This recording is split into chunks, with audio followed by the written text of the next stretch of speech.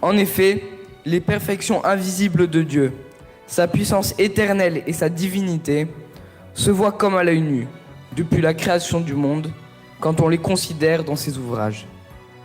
Mais qu'est-ce que tu trouves difficile ? De vivre l'évangile. Mais pourquoi ?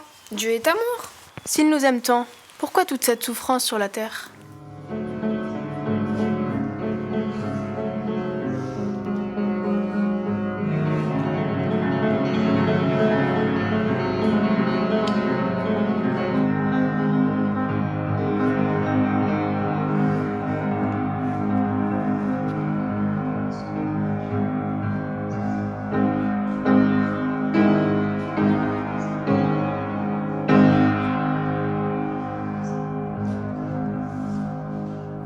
Misérable que je suis, qui me délivrera ?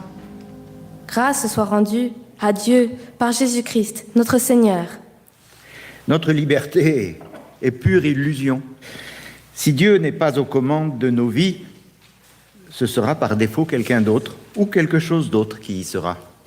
Joie pour le monde, Jésus est né sur terre et dans les cieux. Nous étions condamnés à mort à cause de notre révolte envers Dieu. Et Jésus, le Fils de Dieu, est venu sur notre terre. Le nom de ce prince, c'est Jésus le Fils de Dieu. Dans ce pauvre monde triste et perdu, les gens n'étaient pas heureux. Ses yeux étaient remplis de tellement de bonté. Oh, ce regard, je ne l'oublierai jamais. Chaque couleur représente une histoire surprenante. Chaque couleur parle d'un secret. La page jaune représente le ciel, le paradis. La page noire est une page triste. Elle nous rappelle notre péché. Elle nous aide à nous souvenir de toutes les choses que nous avons faites.